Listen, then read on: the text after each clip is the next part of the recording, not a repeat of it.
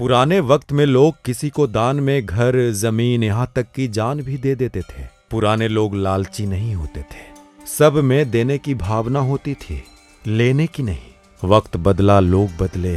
अब बिना किसी फायदे के कोई भी ना किसी को प्यार देता है और ना पैसा। हमारी आज की कहानी भी कुछ ऐसी ही है।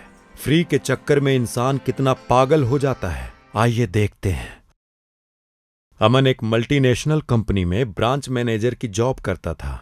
आज ऑफिस में बहुत काम था। कब सुबह से दोपहर, दोपहर से शाम और शाम से रात हो गई, पता ही नहीं चला।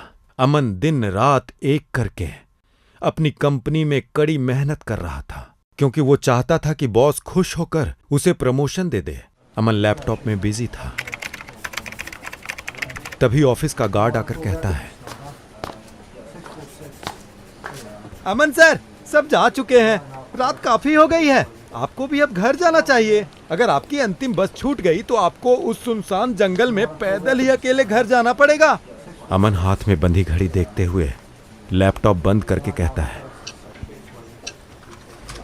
हाँ सॉरी, काम में बिजी था, ध्यान ही नहीं रहा कि टाइम ज्यादा हो गया है। अमन जल्दी से ऑफिस से निकलकर बस स्टॉप की तरफ भागता है।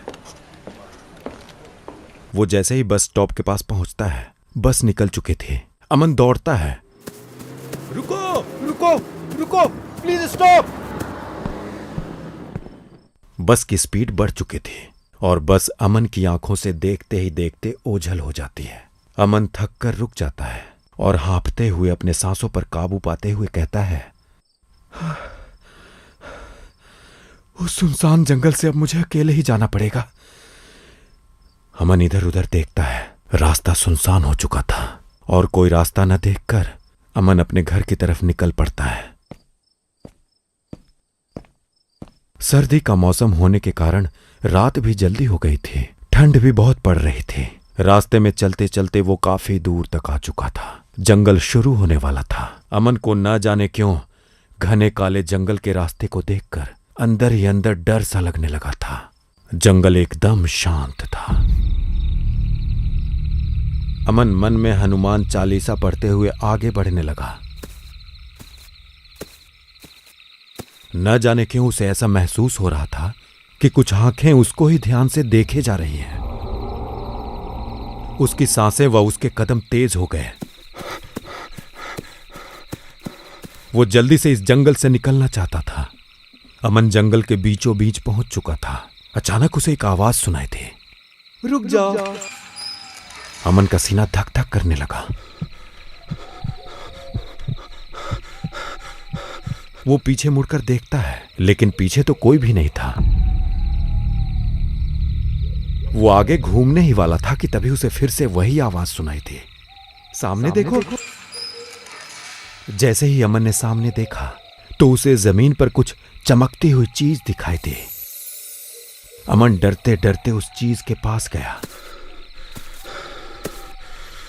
और देखा तो ये कोई साधारण सी चीज नहीं थी, बल्कि एक चमकता हुआ हीरा था। उसने वो हीरा अपने हाथ में ले लिया। उसकी चमक देखकर अमन की आंखें चमक उठी।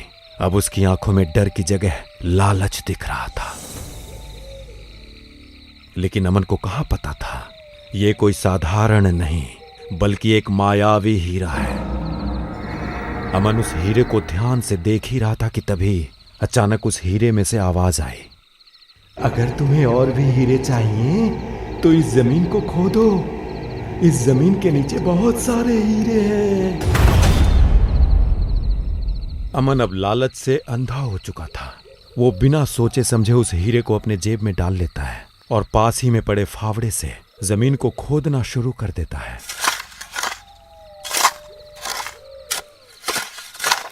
करीब 2 फीट खोदने के बाद अचानक से फावड़े के किसी चीज से टकराने की आवाज सुनाई दी। अमन को लगा शायद हीरे तक वो पहुंच चुका है। वो फटाफट अपने हाथों से मिट्टी हटाना शुरू कर देता है, लेकिन तभी वो अचानक डर के मारे चीख पड़ता है, क्योंकि उस गड्ढे में कोई हीरे मोती नहीं, बल्कि किसी इंसान का कटा हुआ सिर होता है। अचानक वो सिर हवा में उड़ने लगता है और वो बोलने लगता है, डरो मत, मैं तुम्हें कोई हानि नहीं पहुंचाऊंगा।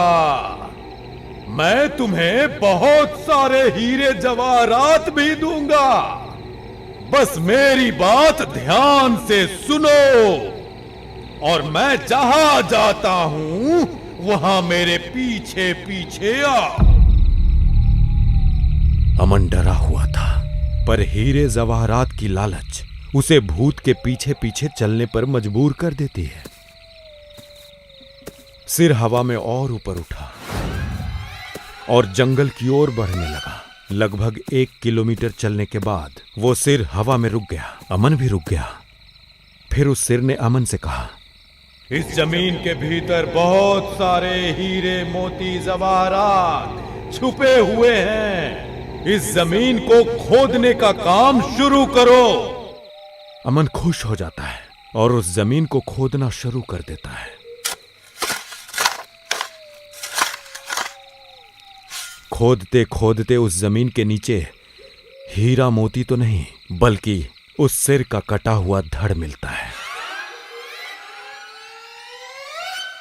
तब उस सिर ने कहा, अब तुम्हें एक आखिरी काम करना होगा, उसके बाद मैं तुम्हें माला माल कर दूंगा। तुम्हें कहीं से भी 1 लोटा खून लाना होगा। अमन ने कहा, 1 लोटा खून? पर मैं 1 लोटा खून कहां से लाऊंगा? उस सिर ने कहा, चलो मेरे साथ। वो डरावना उड़ता हुआ चेहरा अमन को साथ लेकर थोड़ी दूरी पर गया। वो एक पेड़ के पास जाकर रुक गया। उस पेड़ के नीचे एक लकड़हारा लकड़ी काटकर थका हुआ सो रहा था। वो सुबह उठकर बाजार में जाकर लकड़ी बेचता। वो सिर बोला, इस लकड़हारे को मारकर उसका खून ले आओ। अमन डर गया और बोला, नहीं नहीं, ये मुझसे नहीं होगा, मैं ये नहीं कर सकता। सिर ने गुस्से से एक दहाड़ लगाई, अगर तुमने ये काम नहीं किया तो मैं तुम्हें मार डालूंगा और तुम्हारे शरीर का सारा खून पी जाऊंगा।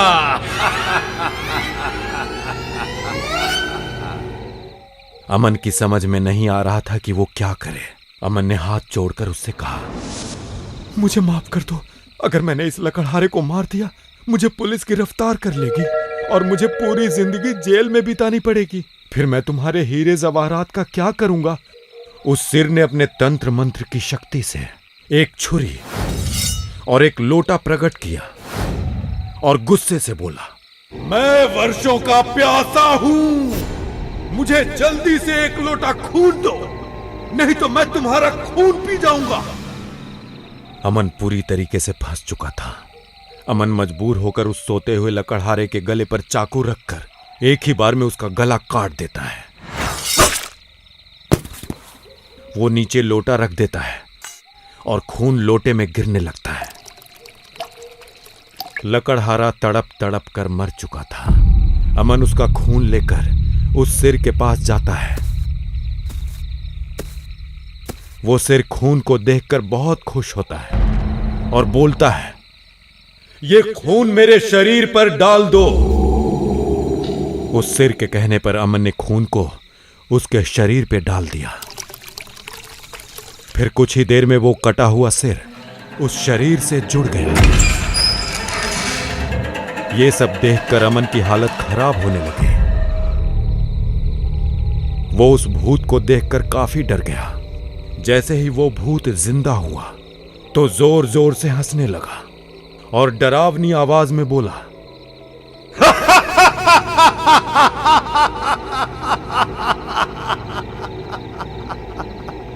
तुमने बहुत बड़ी गलती कर दी। तुमने बहुत बड़ी गलती कर दी कि तुमने मुझे फिर से जिंदा कर दिया। अब मैं सिर्फ तुम्हें ही नहीं बल्कि इस पूरे शहर को मौत के घाट उतार दूंगा। डर के मारे अमन के मुंह से आवाज भी नहीं निकल रही थी। वो अपनी जान बचाने के लिए वहां से दौड़ पड़ा, लेकिन उस भूत ने छलांग लगा लगा कर अमन को जमीन पे गिरा दिया और बोला, मुझे बहुत भूख लगी है, अब मैं तुम्हारा मांस खाऊंगा।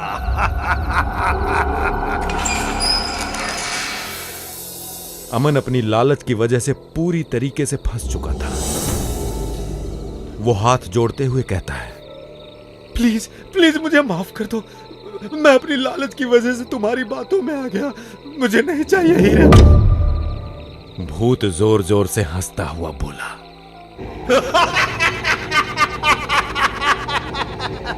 मूर्ख इंसान, यही तो कमजोरी होती है तुम इंसानों की। वो दौलत के पीछे इतने पागल हो जाते हैं कि उन्हें एहसास ही नहीं होता कि कुछ पाने के लिए बहुत कुछ खोना पड़ता है। तुम्हें क्या लगा हीरे तुम्हें यूं ही फ्री में मिल जाएंगे? अब तुम मरने के लिए तैयार हो जाओ। जैसे ही वो भूत अमन को मारकर मांस खाने के लिए अमन की तरफ बढ़ा, तुरंत ही उसका सिर धड़ से अलग हो गया और उसका सिर और धड़ जलने लगे। उसकी भयानक चीखें जंगल में गूंजने लगी।